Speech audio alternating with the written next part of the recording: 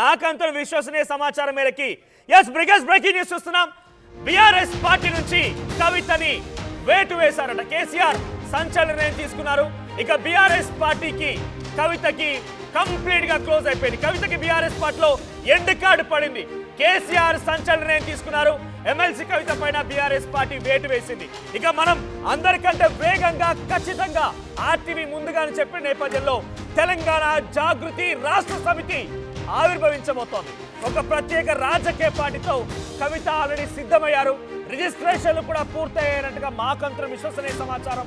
So మరి కాసేపట్లోనే కవిత కూడా తనపై వేటు వేసిన నేపథ్యంలో ఎటువంటి నిర్ణయం తీసుకుంటారో చూడాలి. ఒకసారి నేను నాతో పాటుగా చాలా మంది గెస్టులు సంతోష్ గారు.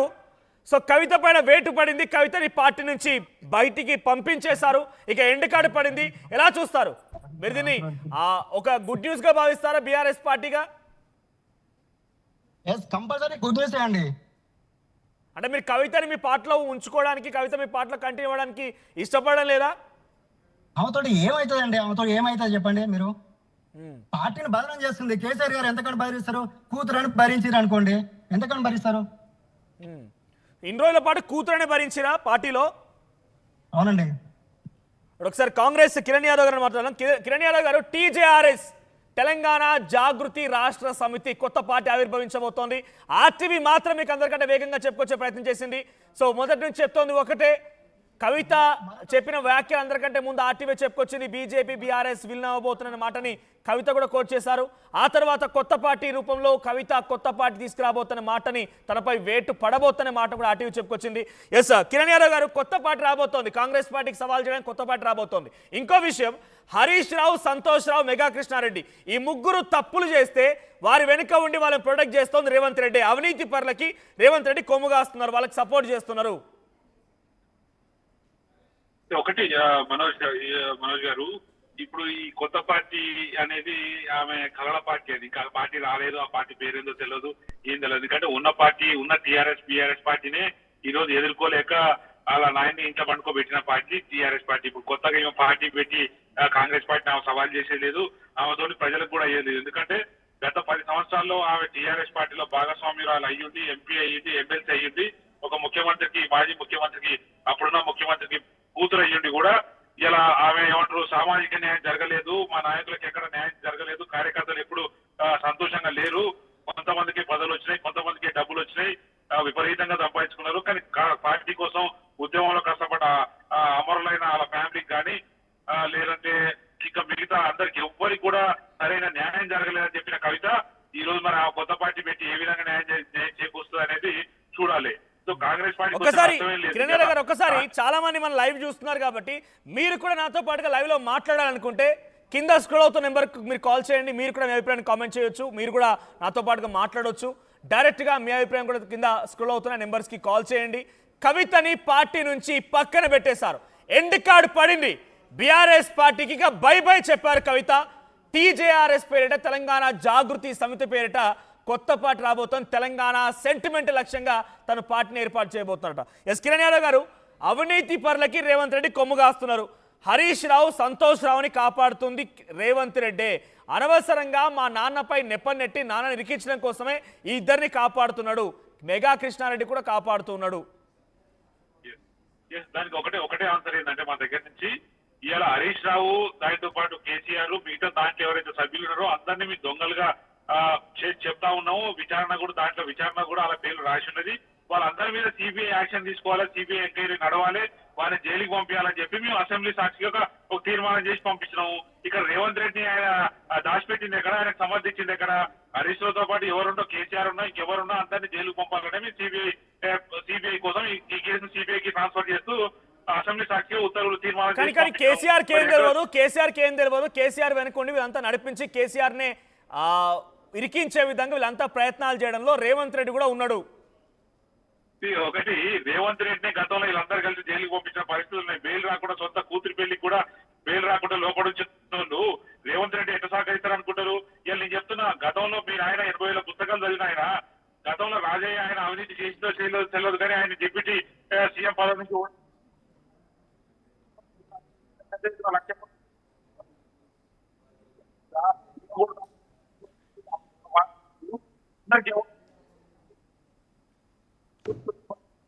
బట్ కిరణ్ యాదవ్ గారు మీ ఆడియో డిస్టర్బెన్స్ ఉంది, మళ్ళీ మీ దగ్గరికి వస్తాను నేను.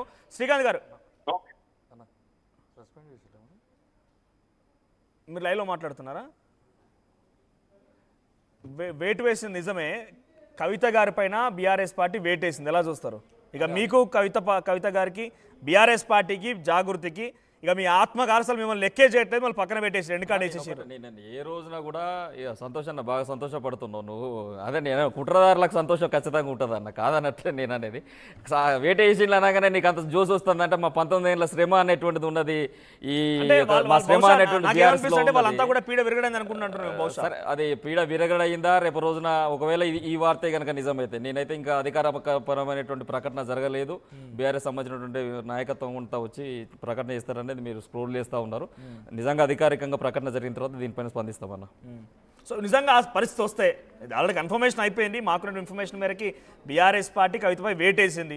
నెక్స్ట్ మీ ప్లాన్ ఏంటి? టీజేఆర్ఎస్ రాబోతోందని చెప్పినట్టుగా మీ ఇంకా పార్టీ పరమైనటువంటి ఆలోచనలలో లేము, దీన్ని బలవంతంగా రుద్దేటువంటి ప్రయత్నం దయచేసి చేయొద్దు. విషయం ఏంటంటే మేము మొదటి నుంచి కూడా పార్టీ లైన్లో ఉన్నాము, వ్యక్తులను ప్రశ్నించినాం, వ్యవస్థలో జరిగేటువంటి లోపాలను సవరించుకోమని చెప్పినాం.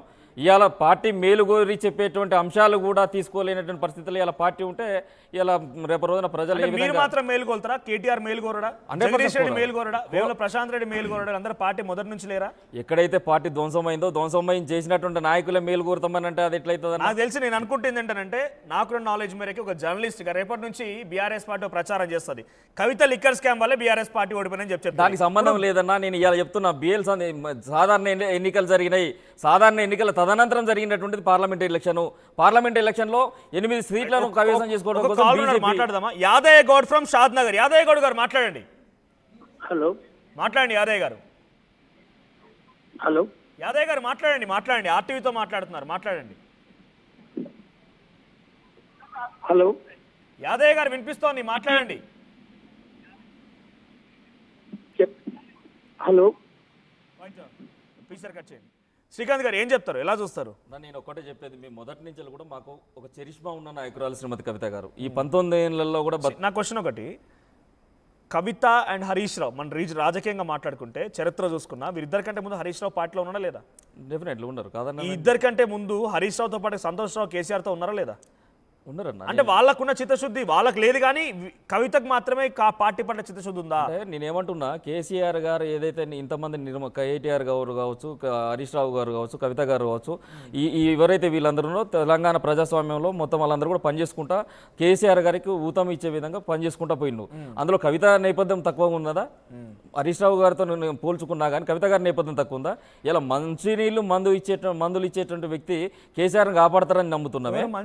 మంచినీళ్ళు మందులు ఇచ్చేటువంటి వ్యక్తి ఎవరో ఆ కుట్రదారులు నేను చెప్తున్నా. మంచినీళ్ళు మందులు సంతోష్ రావు గారు చేస్తున్నటువంటి కుట్రలో భాగంగానే ఈ రోజు కవిత పైన కుట్రలు జరుగుతున్నాయి.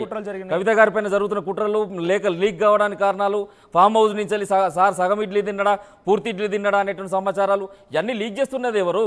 ఆ కుట్రదారులను బయట పెట్టమంటే పార్టీ దానిపైన మాట్లాడినప్పుడు కేసీఆర్ గారు ఇంత రాజకీయ చేతులత రాజకీయ ఏమంటారు దాన్ని అన్ని రకాలు తెలిసిన వ్యక్తి కాబట్టి ఇన్ని కుట్రలు చేస్తున్న సంతోషాన్ని పక్కన పెట్టుకుంటాడా?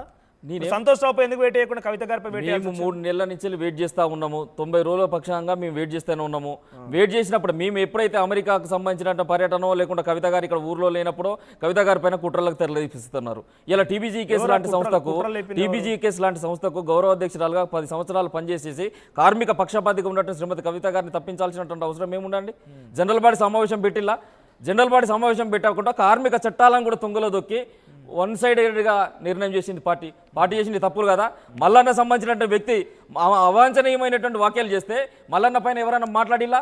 ఇలా కవిత గారికి పదవులు ఇచ్చి కవిత గారికి బీఆర్ఎస్ ఏం తక్కువ చేసిందని మాట్లాడేటువంటి వాళ్ళందరికీ కూడా నేను చెప్పేది ఒకటే, ఇలా తెలంగాణ రాష్ట్రంలో కాంట్రిబ్యూషన్ లేకుండా కాంగ్రెస్ నుంచి వచ్చిన వలసవాదులు అయినటువంటి వాళ్ళు కావచ్చు, టీడీపీ నుంచి వచ్చినటువంటి వలసవాదులను కావచ్చు, ఇలా సత్యవతి రాథోడ్ ఎవరండి? సత్యవతి రాథోడ్ పదవి ఎట్లిచ్చి ఒక మహిళగా కాంట్రిబ్యూషన్ ఏముండే? ఇలా సబితా ఇంద్రారెడ్డి ఉంది, ఆమె కాంట్రిబ్యూషన్ ఏముండే? ఇలా మంత్రి పదవి వచ్చింది. మరి 19 సంవత్సరాల తెలంగాణ కోసము నిర్విరామంగా అమెరికాలో ఉన్న ఉద్యోగాన్ని వదిలిపెట్టుకొని వచ్చినటువంటి కవిత గారి కాంట్రిబ్యూషన్ను చూసి ఇలా ఎమ్మెల్సీ ఇస్తే ఏం తక్కువ చేసింది పార్టీ అని అంటే మా పనికి మెచ్చి ఇచ్చింది అటువంటిది. ఇంకా అంతకంటే కవిత గొప్ప గారికి కిరీటం పదవి ఏంటంటే రాకపోవడం మీకు ఇబ్బంది కలిగిందా? అంతకంటే గొప్ప కిరీటం ఇంకేం ఒక్కసారి పెట్టింది పార్టీ? సంతోష్ గారు, కవిత గారికి పదవి ఇచ్చుంటే ఈ పరిస్థితి రాకపోయి ఉండేది. నేను పదవుల గురించి మాట్లాడలేనన్నా. ఇవాళ పదవి లేకపోయినా కేవలం ఒక జాగృతి వ్యవస్థాపక అధ్యక్షురాలుగా ఈ రోజు పనిచేస్తా ఉన్నారు. హెచ్ఎంఎస్ లాంటి సుభాష్ చంద్రబోస్ స్థాపించినటువంటి ఇంకులాబ్ జిందాబాద్ అనేటువంటి నినాదంతో ఏర్పడినటువంటి హెచ్ఎంఎస్ లాంటి సంస్థలు కూడా ఇలా ఆమె కార్మిక పక్షపాతాన్ని గుర్తించి ఇలా గౌరవాధ్యక్షురాలుగా ఎన్నుకున్నారు. టీబీజీ కేసును పక్కన పెట్టడానికి హెచ్ఎంఎస్ వస్తే నేను జాగృతి సంబంధించినటువంటి సింగరేణి జాగృతిని కూడా ఏర్పరచుకున్నాము. కార్మిక లోకాలన్నింటినీ కూడా ఏకం చేసేటువంటి ప్రక్రియ. ఈ బ్రాడ్ రాజకీయాలు చేస్తున్నా కానీ సంకుచితమైనటువంటి స్వభావంతో ఈమె ఇట్లా చేస్తాను అట్లా చేస్తాను అని చెప్పి